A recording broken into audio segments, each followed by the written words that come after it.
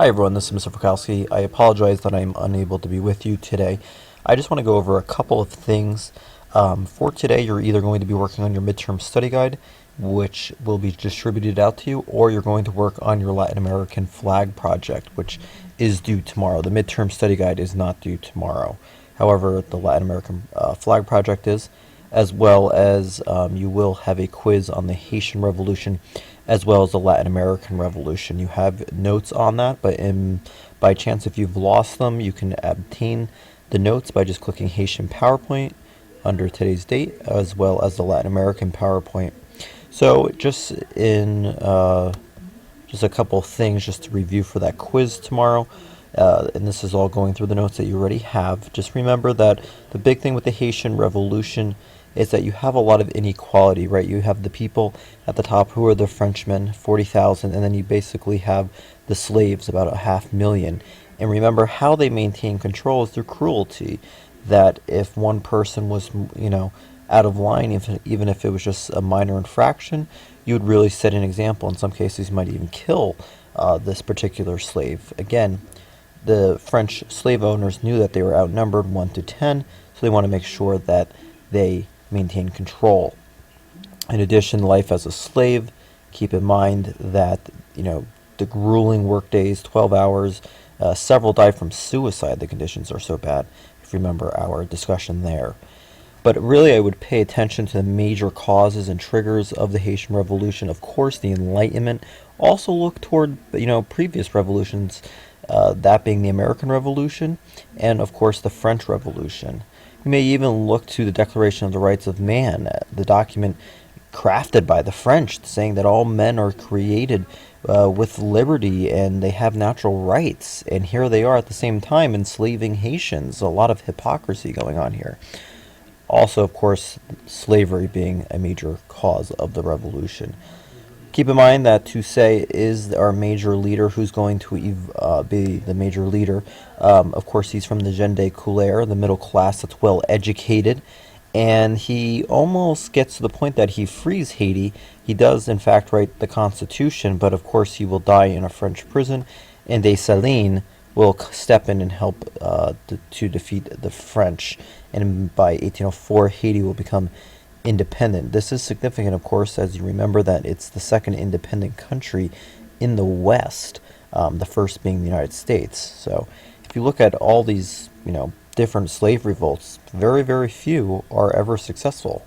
This Haitian Revolution, of course, was.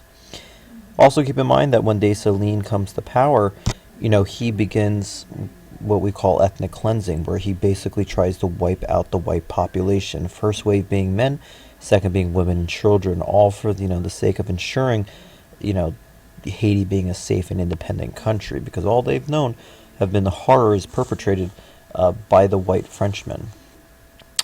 In addition, keep in mind that how the Haitian Revolution does impact the United States as we get the Louisiana Territory. Since sugarcane made Haiti the wealthiest country, by losing that colony, France is forced to essentially sell the Louisiana Purchase to the United States, and we essentially double the size of the United States. So that is the Haitian Revolution.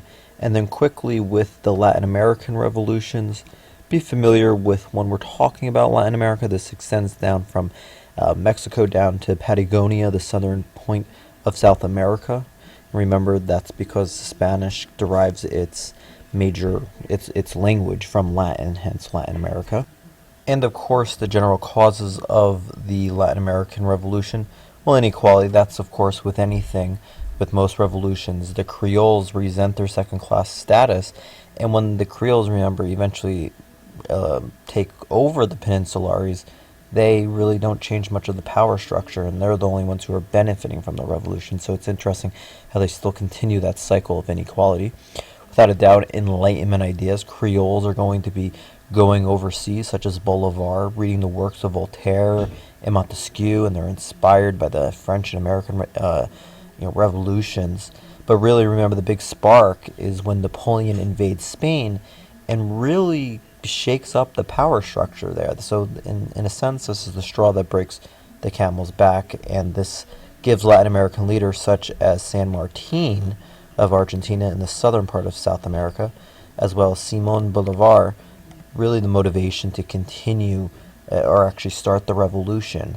And of course, San Martin starts in the southern part, Bolivar in the northern part, and they meet up in Peru. Ultimately, the Creoles will win independence, but the big thing here is that most people do not benefit. But it is still nonetheless very impressive that you see that on this map on the left-hand side that most of South America is under the control of a foreign country. Yet by 20 to 30 years later, most of South America, including Mexico, is completely independent. But again, the big thing is most people in South America do not benefit. It's only the small percentage of Creoles. So again, the majority of people do not benefit. Although, of course, we talked about Gran Colombia, the attempt to bring in three countries into one major country does not work for many cultural reasons. But keep that in mind. The one exception to the Latin American revolutions, of course, has to be Brazil, if you recall.